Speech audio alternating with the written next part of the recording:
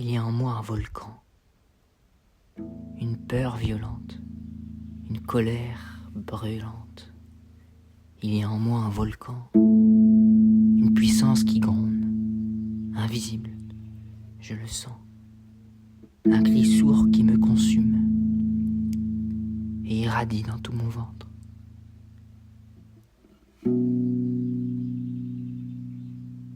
Et irradie dans tout mon ventre.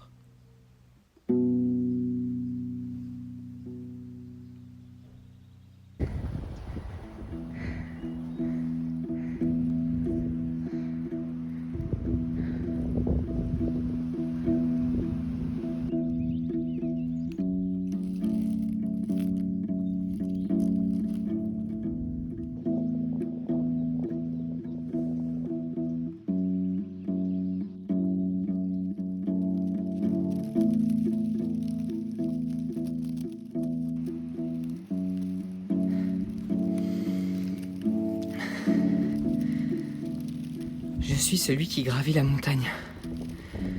Quand je me lance dans un projet, c'est comme si je partais à l'aventure. Je suis mu par un désir, un enthousiasme et une joie fantastique. Prévoyant, je sais toujours ce que je cherche, mais parfois,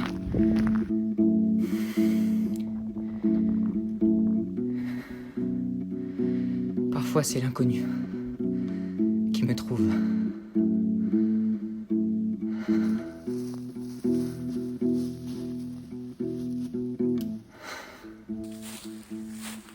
C'est l'inconnu qui me trouve.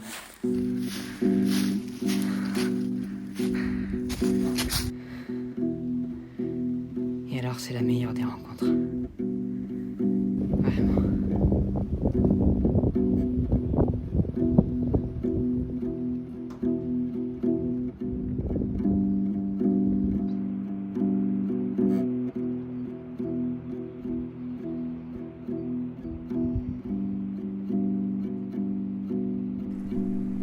C'est que c'est très contextuel d'être rassuré.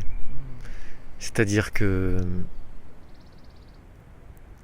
pour reprendre la métaphore de ce matin, je peux te rassurer que ce que tu prends pour un serpent, ce n'est pas un serpent, mais tu auras toujours peur des serpents. Donc, pour cette fois-ci, peut-être ça va passer, tu vas me croire que c'est une corde et pas un serpent. Ou peut-être que je vais pouvoir te protéger de ce serpent-ci, ou qu'on va pouvoir le chasser, le tuer, mais la peur du serpent restera. Donc la libération de la peur, se libérer de la peur vraiment, c'est-à-dire être capable d'accueillir son sens dès qu'elle se produit, ou rapidement après qu'elle se soit produite, de manière autonome en tout cas, une fois qu'elle se produit, que le serpent ne devienne plus un ennemi, que la peur ne soit plus un ennemi, qu'il faille empêcher, éviter, rassurer, mais qu'elle devienne en fait un guide, hein, voilà. Hein, c'est ça l'essence de la démarche que je te propose.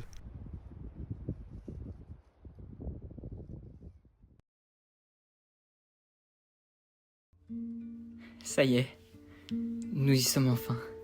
Notre aventure commence. Je suis dans le train, voiture 12, place 232. Je suis à la bonne place, au bon endroit, en transition vers un autre moi. En ce jour du 6 avril 2023, pardonnez-moi, je quitte ma fourmilière sous un soleil de feu et parfois des nuages sombres. Je regarde l'heure. Il est 20h20. J'ai passé ma journée à tomber sur des heures miroirs. Ces papillons de chiffres, ces clins d'œil temporels, 7h07, 8h08, 11h11, 15h15, et maintenant 20h20. Ils m'ont poursuivi toute la journée. Ces coïncidences heureuses, elles me connectent davantage à mon aventure, à ce film, à ce projet, et aussi à cette pratique ludique, poétique, d'inversion des symboles temporels que j'ai inventé il y a 7 ans. J'avais 20 ans en 2016 quand j'ai commencé à jouer avec le temps. J'ai tout simplement inversé les 2 derniers chiffres de l'année dans laquelle j'étais Et 2016, bien, ça donnait 2061. J'ai tellement kiffé ce jeu que j'ai décidé que je le prolongerais pendant tout le siècle, donnant ainsi un nouveau calendrier, une nouvelle façon de voir le temps, une nouvelle courbe temporelle et des failles rigolotes pour déconstruire notre rapport au temps, ce concept si abstrait. Quand, avec l'inversion des chiffres, on sera dans le futur, on l'imaginera sain et radieux, pour nous diriger vers lui, vers ce qu'on veut vraiment. Car la pensée, et ça on le sait tous, est créatrice. Quand ce sera le passé, nous redeviendrons des enfants sauvages. Nous libérerons la liberté en nous. Nous ferons la paix avec notre histoire, car c'est cela qui nous rend libres. Et quand ce sera le présent, nous le savourerons ensemble. Nous respirerons ce précieux cadeau qu'est l'existence, cette chance fabuleuse qu'est de vivre.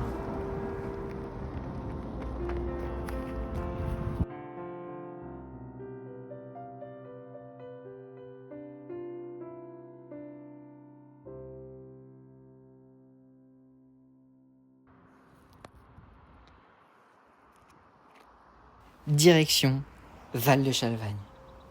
Aujourd'hui, je pars seul dans cette aventure. Je n'ai pas l'intention d'initier un festival comme les années précédentes. Non, cette année, je souhaite faire un film. Un film sincère, puissant, joyeux, lucide et un peu délirant. Mon intention, elle est claire.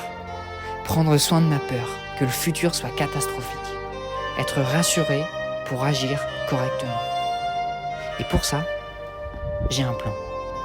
Solliciter une précieuse ressource qui s'appelle Jérémy Bémont.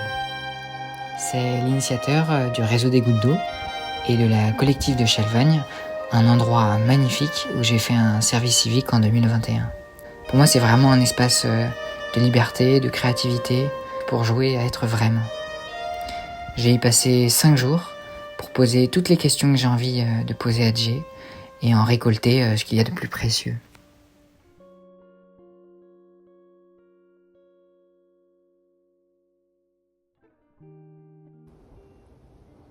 Je te propose de te retourner vers l'intérieur. Oublier les projets.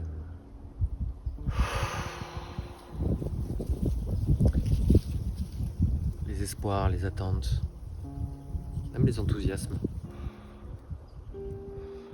Juste abandonner tout ça.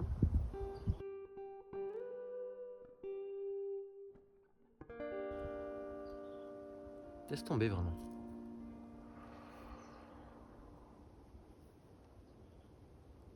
Comme si tu décidais de pas le faire finalement. Il n'y a pas besoin.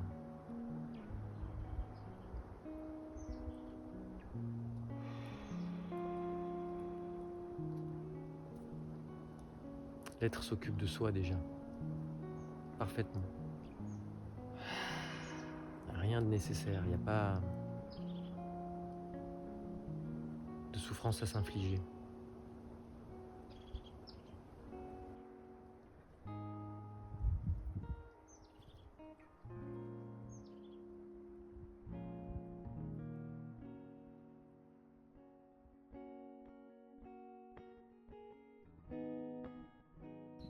Quand je suis dans le sentier, c'est vraiment comme un écureuil quoi, qui est au milieu de la forêt.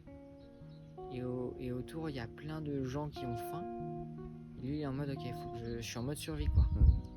Et en mode comme ça, il regarde partout et tout. Et en fait, j'ai tellement peur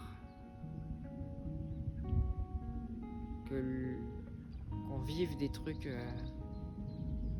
challengeants et qu'en fait, les gens soient désarçonnés, quoi, et que ça produise un énorme chaos qui fait qu'en fait il y a juste place à la folie des gens qui ont plus de soit qu'ils ont des armes, soit qu'ils ont plus de force, soit qu'ils sont ok de faire appel à la violence parce que juste ils sont aussi en mode survie. Et qu'en fait on s'offre une expérience où on passe à côté de juste tranquille, mais que ça soit vraiment la panique et le...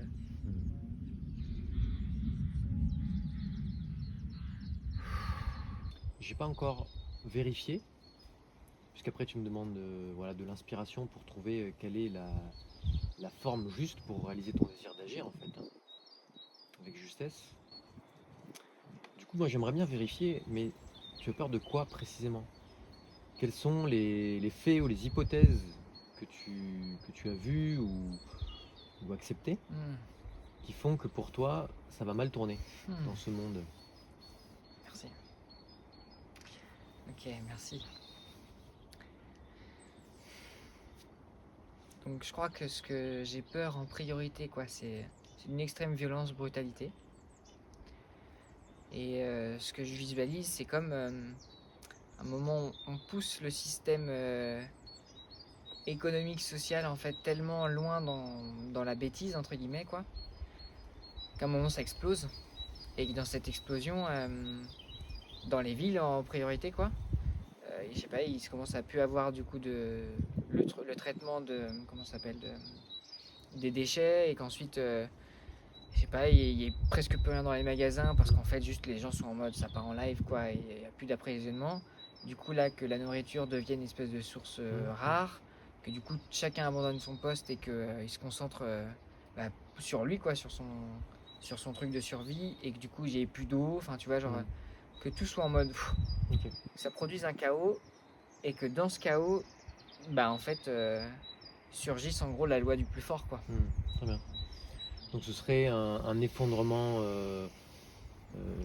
financier, économique, politique, social, Ouais. qui mènerait à une forme de chaos et de barbarie pendant un certain temps. Chaos, barbarie, ouais. C'est un truc de chacun pour soi, et du coup là moi j'ai très peur en fait de me retrouver dans cette... Ah mais putain, j'ai peur d'être dans le danger en fait.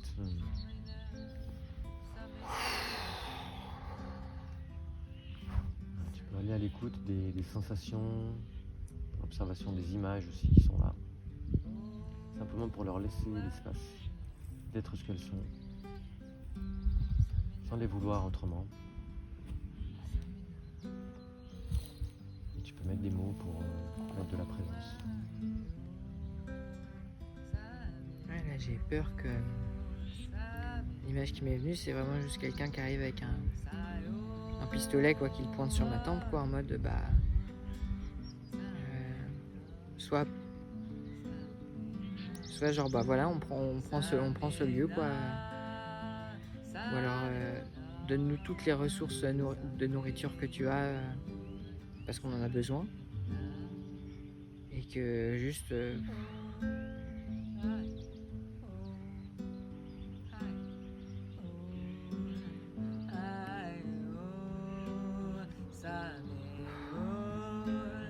ça fait peur, quoi, en fait.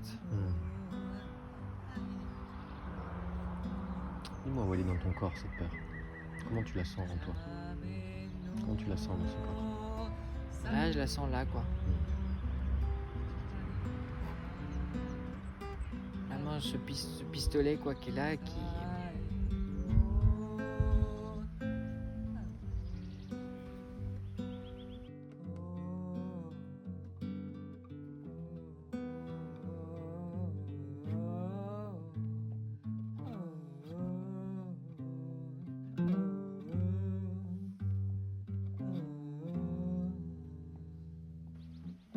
Et là, j'ai envie de crier, quoi. Un truc qui monte.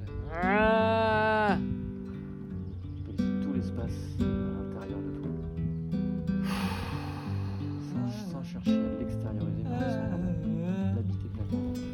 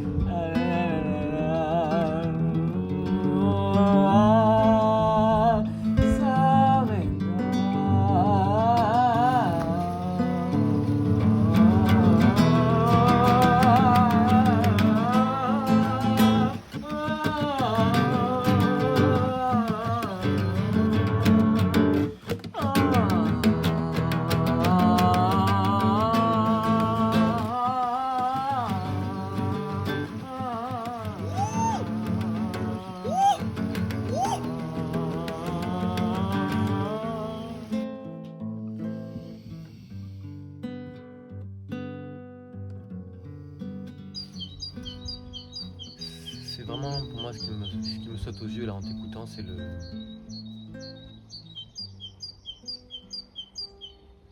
fait que c'est vraiment l'expérience, en l'occurrence là de la peur, de la souffrance, de la traversée de la peur et donc de la souffrance qui nous permet de vivre cette libération et cette compréhension. Donc à ce moment-là, la peur, elle est simplement une opportunité qu'on peut saisir ou pas en fait. Et effectivement, cette tendance qu'on a à vouloir se rassurer, c'est-à-dire éviter la circonstance qui provoque notre peur, elle est très exactement ce qui nous empêche de nous libérer de la peur. Tu peux répéter? Cette tendance culturelle qu'on a très forte dans notre civilisation, d'éviter la circonstance qui provoque notre peur, en cherchant à être rassuré, c'est très exactement ce qui nous empêche de traverser notre peur, et donc de traverser le mur de flamme, et de sentir qu'on est toujours vivant et entier, qu'en tout cas ce qui a la part de nous qui n'est pas contingente, dépendante de notre existence corporelle, demeure.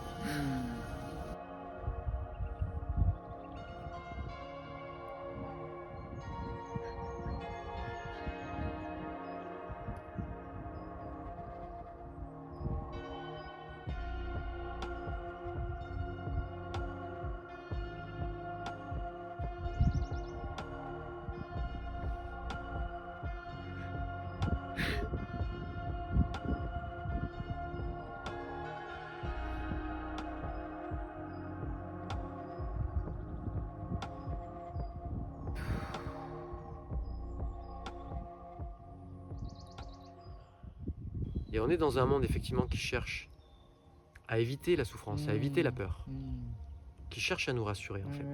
Et donc c'est quoi? C'est par le déni, c'est par la protection sans cesse, sans fin, c'est par l'éradication de ce qu'on juge être mauvais, par la condamnation en fait. Si je condamne tous les méchants, alors je n'aurais plus à avoir peur des méchants. Mais sauf qu'il y en a toujours des méchants. C'est jamais fini en fait, on en trouve toujours des méchants.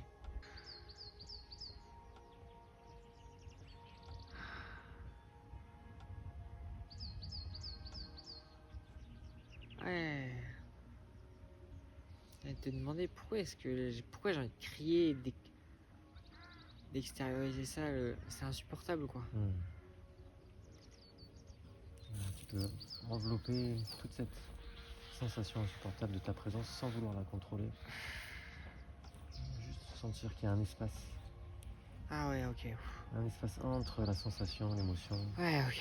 et toi. Tu peux lui laisser l'espace de se déployer à l'intérieur.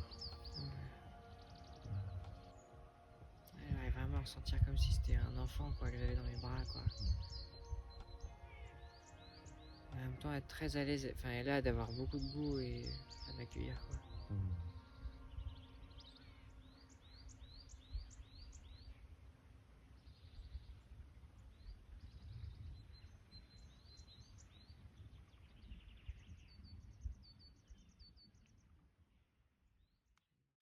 Pour moi, rassurer, ce serait de dire au personnage t'inquiète pas quoi, t'inquiète pas, tu vas y arriver, ou t'inquiète pas, ça va pas se passer comme ça, ou et non. Non. Là, il s'agit vraiment de le laisser dans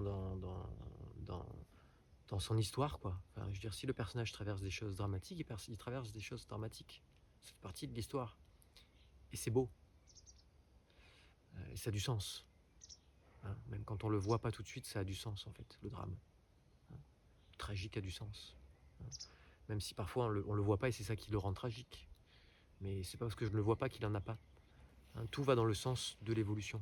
Tout va dans le sens, dans une forme de sens qui peut-être nous échappe à la plupart d'entre nous, mais qui malgré tout se manifeste. La preuve en est.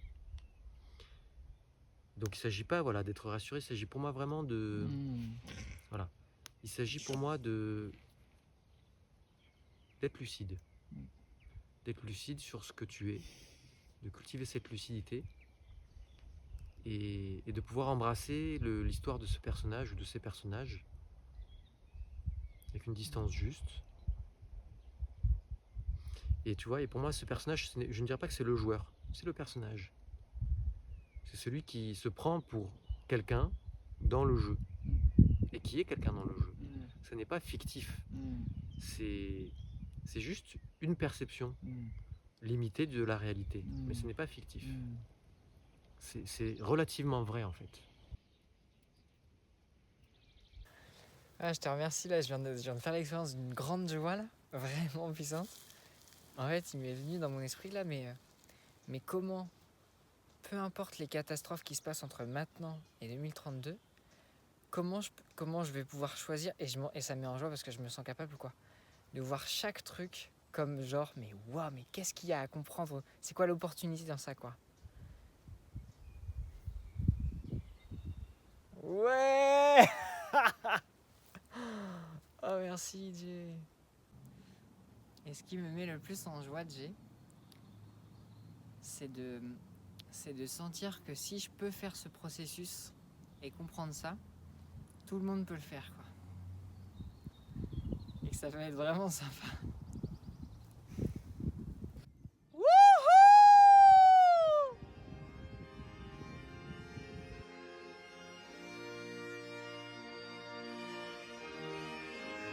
Et une femme prit la parole, disant : Parle-nous de la douleur. Et il dit : C'est d'avoir brisé la coquille où votre entendement est enfermé que vient votre douleur. Comme le noyau du fruit doit se briser pour offrir son cœur au soleil, ainsi devez-vous connaître la douleur. Si votre cœur pouvait s'émerveiller sans trêve des miracles quotidiens de votre vie, votre douleur ne vous paraîtrait pas moins étonnante que votre joie. Et vous consenteriez aux saisons de votre cœur, de même que vous avez toujours consenti aux saisons qui passent dans vos champs. Et vous contempleriez avec sérénité votre hiver de chagrin. Une grande part de votre douleur a été choisie par vous. C'est l'amère potion avec laquelle le médecin qui est en vous guérit votre moi malade. Faites donc confiance à ce médecin et buvez son remède en paix et en silence, car sa main, bien qu'elle soit rude et lourde, est guidée par la main affectueuse de l'invisible. Et la coupe qui la porte, bien qu'elle vous brûle les lèvres, a été faite de l'argile que le potier a mouillée de ses larmes sacrées.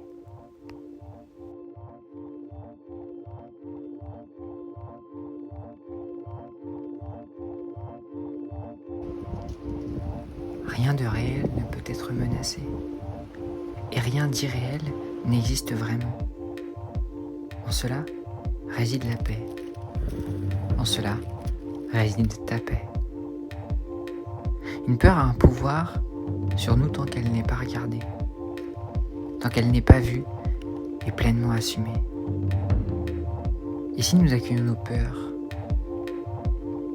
et si juste une fois, pour essayer, pour jouer, nous allions amoureusement à la rencontre de nos peurs.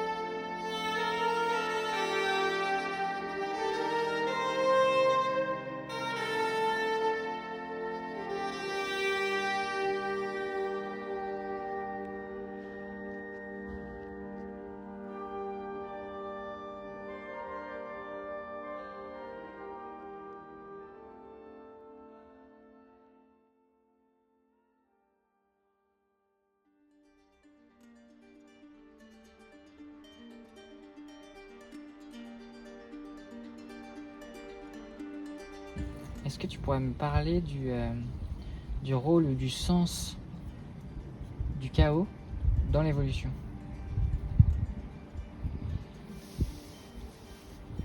Le chaos, c'est pour moi l'inconscience de l'ordre, la méconnaissance de l'ordre. Donc pour moi, le sens de l'expérience du chaos, de l'interprétation du chaos, Waouh. c'est la stimulation du désir de comprendre l'ordre.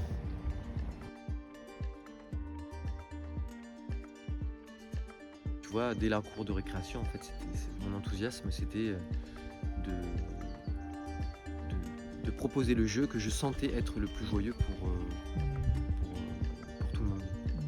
Et donc, voilà, il n'y a pas de surprise qu'à la marge de mes activités de recherche et de gestion de la collective et des gouttes d'eau, je sois auteur de jeux de société.